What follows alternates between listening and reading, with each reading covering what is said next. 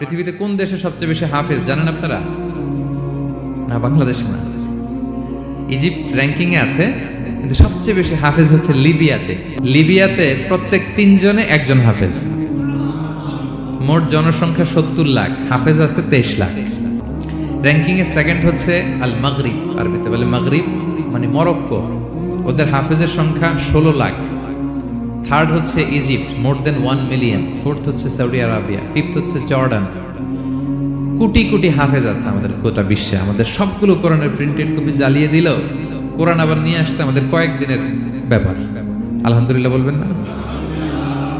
আল্লাহ বলেন, আমি এই কোরআনের ভিতরে শিফা রেখে দিয়েছি, রহমত রেখে দিয়েছি।